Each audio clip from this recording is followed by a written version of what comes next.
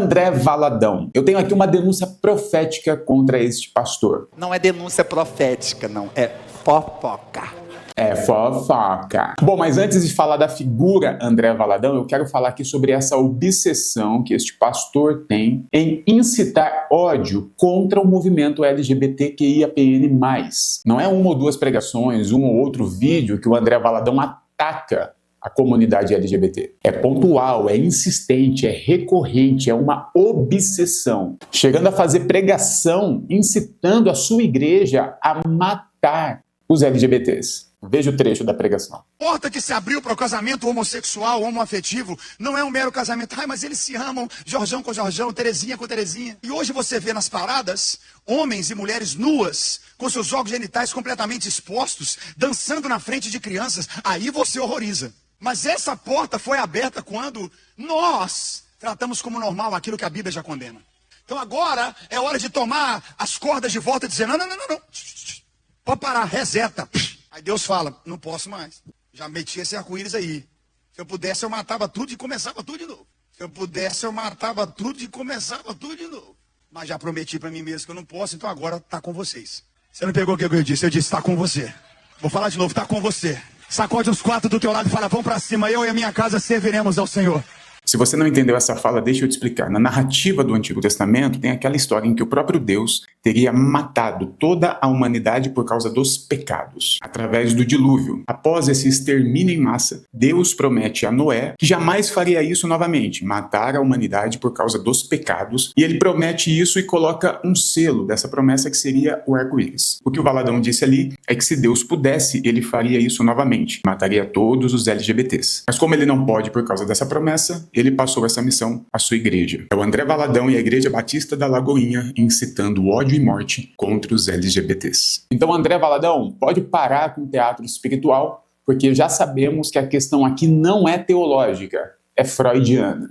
Freud explica um padrão clássico. Quando alguém desenvolve obsessão moral com um tema específico, especialmente sexualidade, isso raramente é sobre o outro. É quase sempre um conflito interno. E quanto maior a repressão, maior a agressividade. Quanto maior o medo interno, maior a necessidade de controlar o desejo alheio. Freud não chamaria isso de pecado, chamaria isso de repressão mal resolvida. Ou, resumindo, vai mamar uma piroca, Valadão. Bom, o André já esteve envolvido em vários outros escândalos, além dessa obsessão contra os LGBTs. Você lembra quando ele apareceu dizendo que ele estava sendo perseguido e censurado? Dias atrás eu recebi em minha residência uma intimação do TSE, através do senhor Alexandre de Moraes, e eu venho me declarar a partir dessa intimação, dizendo que o Lula não é a favor do aborto, Lula não é a favor da descriminalização das drogas,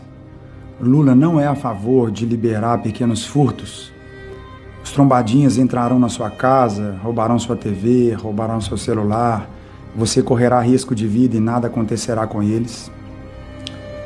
Lula não é a favor, literalmente, de colocar uma regulação na mídia, onde você vai perder o poder de expressar sua opinião, expressar o seu culto. É isso. Deus abençoe o Brasil.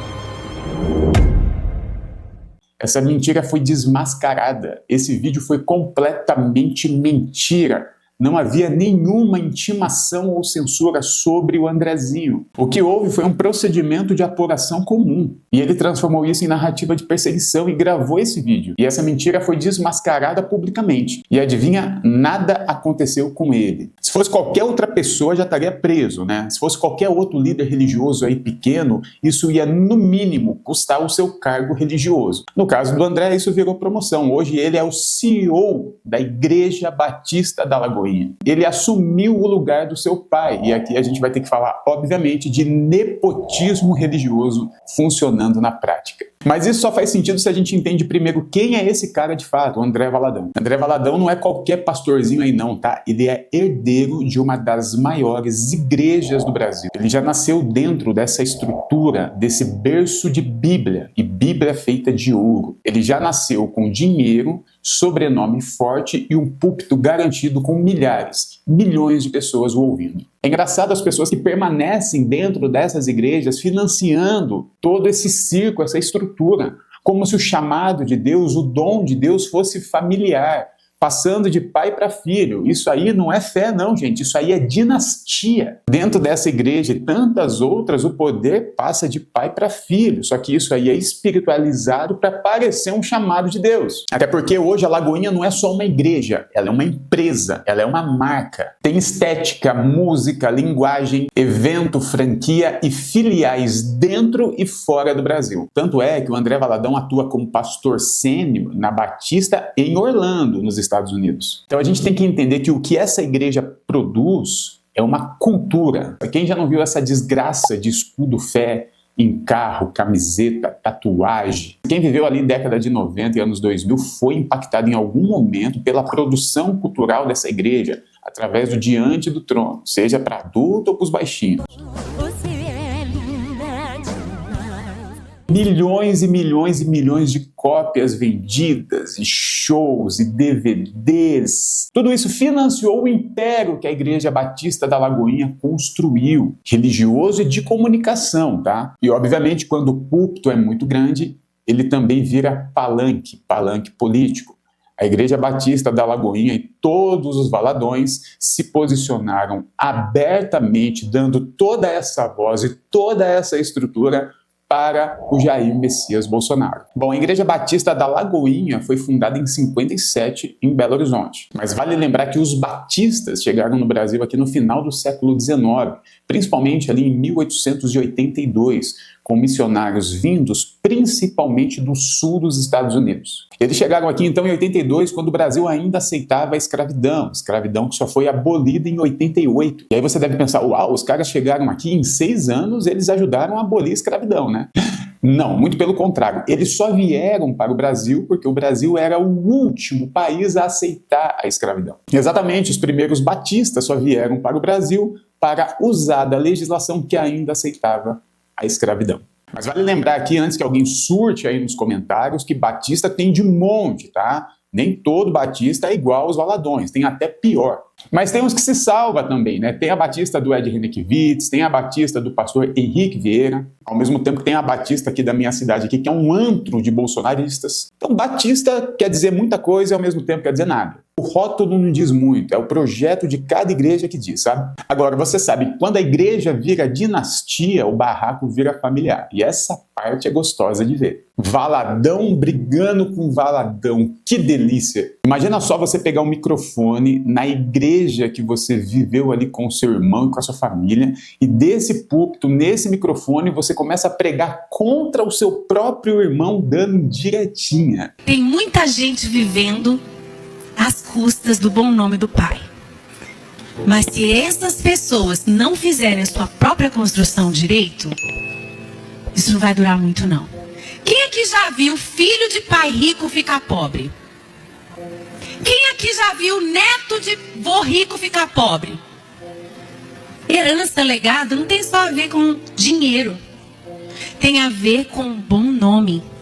E um bom nome, no nosso caso, é honrar a palavra de Deus. Os princípios da palavra de Deus, como crente de verdade. Para você ter a noção do tamanho dessa treta aí, esse vídeo que estava sendo transmitido ao vivo, ele foi derrubado, ele foi cortado ao vivo. Hoje em dia, os Valadões aí vivem dentro de uma treta não só familiar, mas jurídica. O André processou o próprio cunhado, marido da Ana Paula. E hoje eles precisam frequentar horários diferentes do culto da própria igreja. E na treta recente, envolvendo aí a Damares, a Lista, mais Valadões se envolveram. O pastor Felipe Valadão, cunhado da Ana Paula, soltou um postzinho dizendo: olha, quem não deve não teme, Damares, então por favor solte os nomes aí dos pastores e das igrejas envolvidas. Afinal, ele sabia que o nome dele não estaria, mas provavelmente sabia que do André estaria presente. E não deu outra, né? O André foi citado na lista da Damares. Nisso, a Cassiane Valadão, esposa do André Valadão, saiu também na sua rede social em defesa e disse o seguinte: desejo a todas inimigas vida longa, para que elas vejam a cada dia mais a nossa vitória. Bateu de frente e é só tiro, porrada e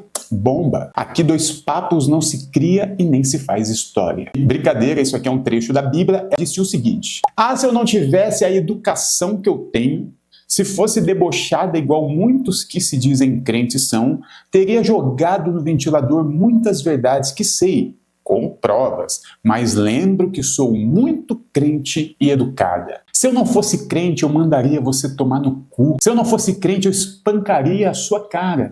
Se eu não fosse evangélico, eu enfiaria uma faca no seu esôfago. Se eu não fosse de Jesus, eu mandaria alguém esquartejar você e toda a sua família. Mas eu sou de Jesus, por isso não farei nada disso. Crente é engraçado, não é? Vamos falar a verdade? Não é engraçado esses crentes? E para fechar com uma cereja em cima do troço de cocô, vamos lembrar aqui que essa igreja, a Batista da Lagoinha, ordenou ao ministério pastoral, um ministério que visa justamente o cuidado com pessoas, o ex-ator e assassino Guilherme de Pádua. Sim, lembra daquele ator que assassinou a Daniela Pérez? Pois é, assim como a grande maioria de assassinos, estupradores que depois se convertem e enganam os evangélicos. Ele também se converteu, e não apenas se converteu, como se tornou pastor dentro da Igreja Batista da Lagoinha. Graças a Deus esse cara já morreu, tá? Mas quando ele morreu, ele estava como pastor nessa igreja. Inclusive, já há informações que o próximo a ser ordenado a pastor lá é o goleiro Bruno. E quem cuidará do ministério infantil é o casal pastoral Ana Carolina Jatobá e Alexandre Nardoni. No fim das contas, tudo isso não é sobre sexualidade, não é sobre fé, não é sobre religião e muito menos sobre Deus. Tudo isso é sobre poder. E sobre quem pode falar qualquer coisa, mentir, incitar ódio e sair ileso disso. Porque está protegido e blindado por uma estrutura familiar, econômica, política e religiosa. Se você gostou do vídeo, já curte, envia ele para alguém e comenta quem ou o que você quer que eu traga aqui no meu canal.